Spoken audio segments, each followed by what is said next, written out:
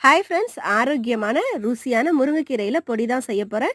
வாங்க எப்படி செய்யலாம்னு சொல்லிட்டு பார்க்கலாம். முருங்கைக்கீரை எடுத்துட்டு நல்லா கழுவிட்டு உருவி எடுத்து வச்சிருக்கேன். எண்ணெய் சட்டியில 1/4 கப் அளவுக்கு உளுத்தம் பருப்பு, 1/4 கப் கடலைப்பருப்பு சேர்த்து கலர் மாறி வர வரைக்கும் வறுத்துக்கலாம். 1/4 கப் வேர்க்கடலை சேர்த்துக்கலாம். 1 டேபிள் ஸ்பூன் மல்லி, 1 டீஸ்பூன் ஜீரகம், 1/2 டீஸ்பூன் மிளகு சேர்த்து நல்லா வறுத்துக்கலாம்.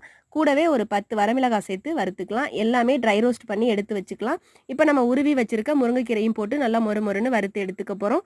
நல்லா வறுத்து எடுத்துட்டு இது கூட புளி சேர்த்து அரைக்கணும். அதனால நெல்லிக்காய் சைஸ்க்கு புளி எடுத்து சின்ன சின்ன பீஸாக போட்டு அதையும் நல்லா எண்ணெய் சட்டியில் வறுத்து எடுத்துக்கலாம்.